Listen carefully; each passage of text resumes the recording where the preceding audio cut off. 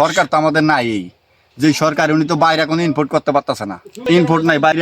এই পান্ডা আগে বাইরে যেরকম আমলিক সরকার থাকলে অনেকটি রাষ্ট্রে যাইতো, এবার এই সরকার ইউনুস কাকাই তো আমাদের কিছুই করতে পারতেছে না। খুব কঠিন অবস্থায় আমরা আর কি পান চাষিরা।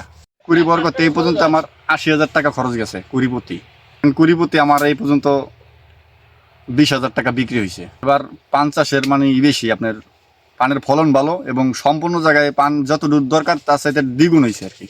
এই জন্য ওই পানের দামটা কমে গেছে। সরকার তো আমাদের নাই, এই যে সরকার উনি তো বাইরে কোনো ইনপোর্ট করতে পারতেছে না, ইনপোর্ট নাই বাইরে।